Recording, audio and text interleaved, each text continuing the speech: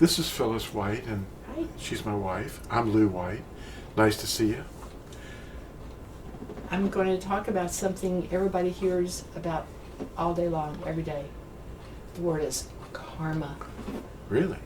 Karma. Oh, that's good karma. That's bad karma. It sounds fun. Karma sounds like something, everybody understands what karma means. It's what people use to control their behaviors instead of using the Ten Commandments. Yeah, they don't know the Ten Commandments. But is karma something evil or Well, pagan? it comes from Nimrod land, the concept and the word. It's from a language that you can look it up on the internet at any time. But it means deed or action. But in principle, what it means is it has to do with reincarnation.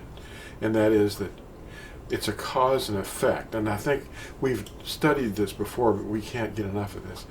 Causality, if something's going to have a good effect, then if you do something good, a good deed, then it's going to evoke a good result, or it's going to bless you. It's kind of like an atheist's or pagan's concept of blessing.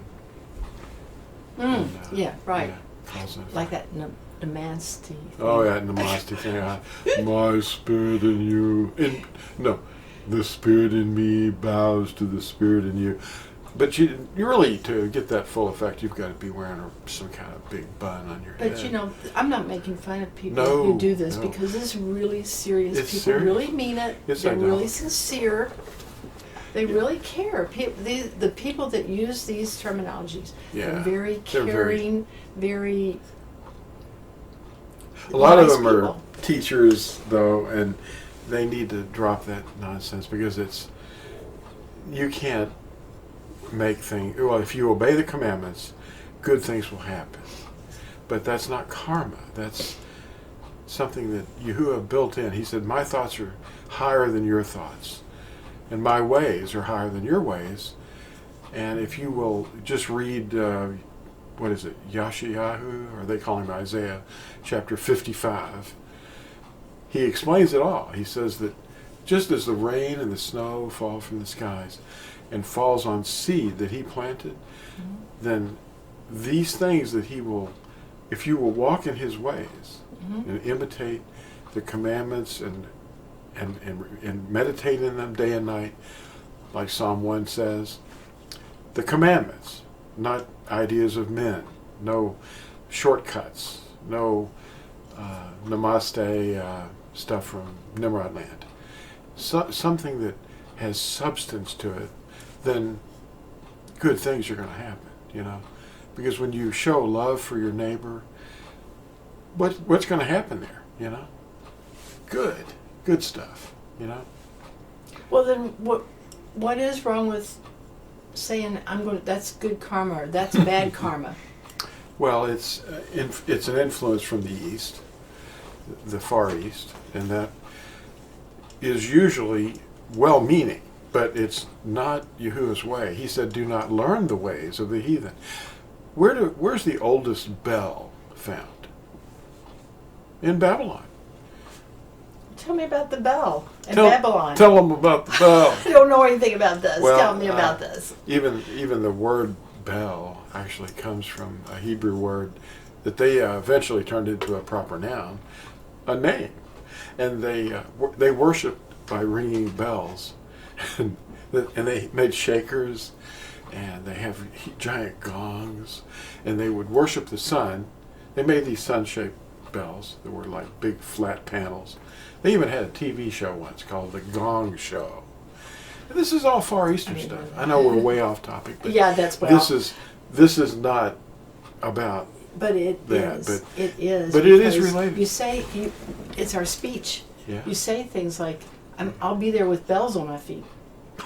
Yeah. And Well, you've heard that. Yeah. And it's all over the place. People pick this stuff up. And the word itself is not evil, but it's not something that's part of the lives of people that follow Yahusha. Yahusha. He's So He's not going to teach you this stuff. are we breaking a commandment or not if we say that's good karma or that's bad karma? It's referring to a pagan or heathen activity or thought process. See, it's not his thoughts. These are not thoughts coming from him. So karma, let's define that. Want to? Okay. The word literally means action, but it refers to the principle of having good effects for an afterlife, in another world, another lifetime. And it has to do with reincarnation. And reincarnation and prayers to the dead, ancestors, praying to dead people, saints, parents, grandparents, that is all from the land of Nimrod. The reincarnation principle came from Nimrod and Tammuz, who was Nimrod reborn. What do you know about that? So all this reincarnation to re-enter flesh, and whether it's a good effect or a bad effect, depending upon the way someone lived in their previous lifetime, well, you're going to have a lifetime in the flesh, but you're going to be reborn by Yahuah, not some unknown apparatus or something that's happened in the universe. That's what the yin-yang thing is. It's light and darkness, and the swastika. These are all Eastern things. Eastern. It has to do with astrology, horoscopes, fortune cookies, ouija boards, scrying balls, gazing pools, bones, chicken bones, whatever. Not good. The karmic cycle, the fates, cause and effect. Yeah. Well, if you read a fortune cookie, and even that word F-O-R-T-U-N-E, forgive me for saying it, that refers to a pagan deity, doesn't it? But anyway, if you read... It does, in the Roman pantheon, yes. If you read the little sayings in those cookies, that's just good fun. It doesn't mean you mean it's anything, but if you read your horoscope on a daily basis, that might sound like you're putting too much importance to it. Well, we want to focus on the Torah.